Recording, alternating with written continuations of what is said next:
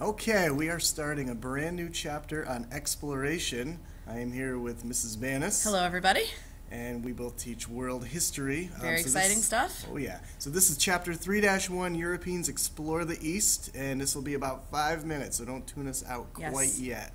Not yet. So this section has all kinds of interesting things about why people explored and what they were looking to get out of it, and who some of these explorers were, and how they changed the world. Wow. Let's go see. Ooh. Okay, could you please describe this map? Well, I see Europe, Africa, Asia, but they don't quite look the same as they do today, Mr. Lobner. Yes, and the world appears flat. What would happen if we sailed to the edge? I think we'd fall off, right? That's what we're going to find out with this All chapter. right. So the old world had no idea about the Americas or Australia or Antarctica. Ooh. Or penguins. Chilly. So here's our world today, and we can see all 7 continents, which everybody Yes, there are knows 7, very well. everybody. North America, South America, Europe, Africa, Asia, Australia, Antarctica. Nice. We're not going to do this activity We'll do that later, guys. Do now means do later.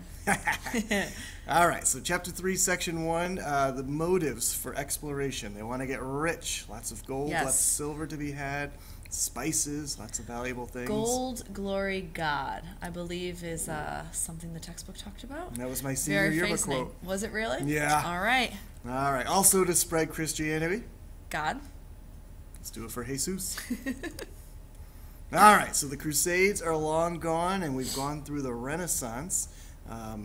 And Europeans, they want spices.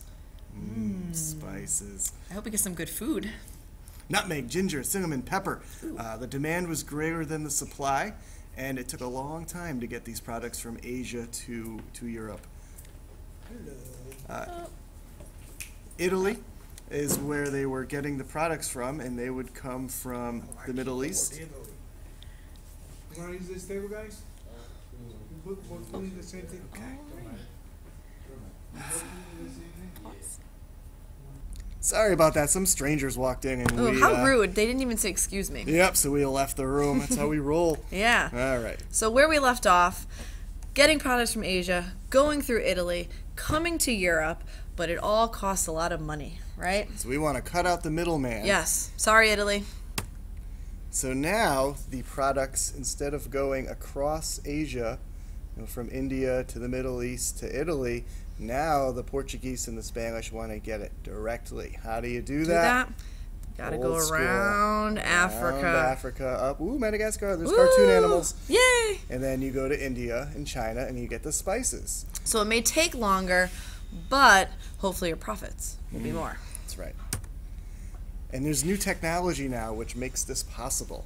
The Caravel, which is a new ship that was sturdier, so you're not going to fall apart in the Atlantic Ocean. Yes. Triangular sails, because you can't only sail in one direction, whichever way the wind's blowing. Now you can sail all over. Against the wind. Against the wind. And we have the astrolabe and compass, so sailors can check their locations while at sea. You gotta know where you're going.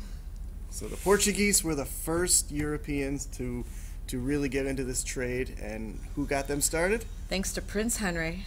That's who I named my son after, by the way. Oh, interesting. Yes.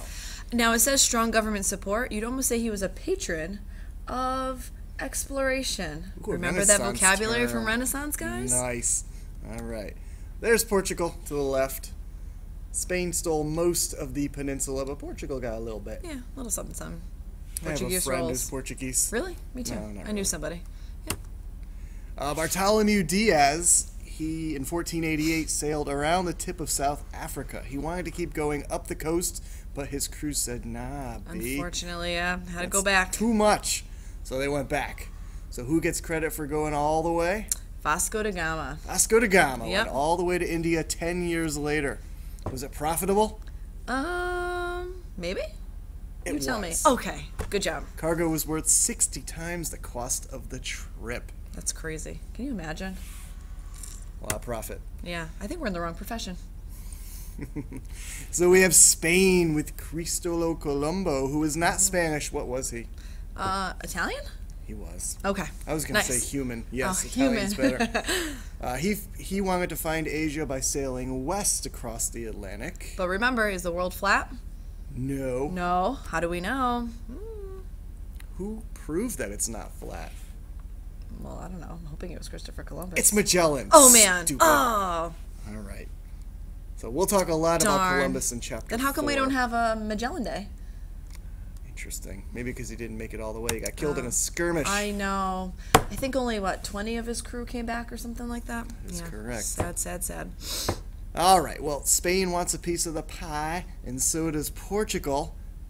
So we're going to leave it to Pope Alexander to come up with a plan to keep the peace. Well, what's that plan? He draws a line and says, this side of the line goes to Spain, this side of the line goes to Portugal.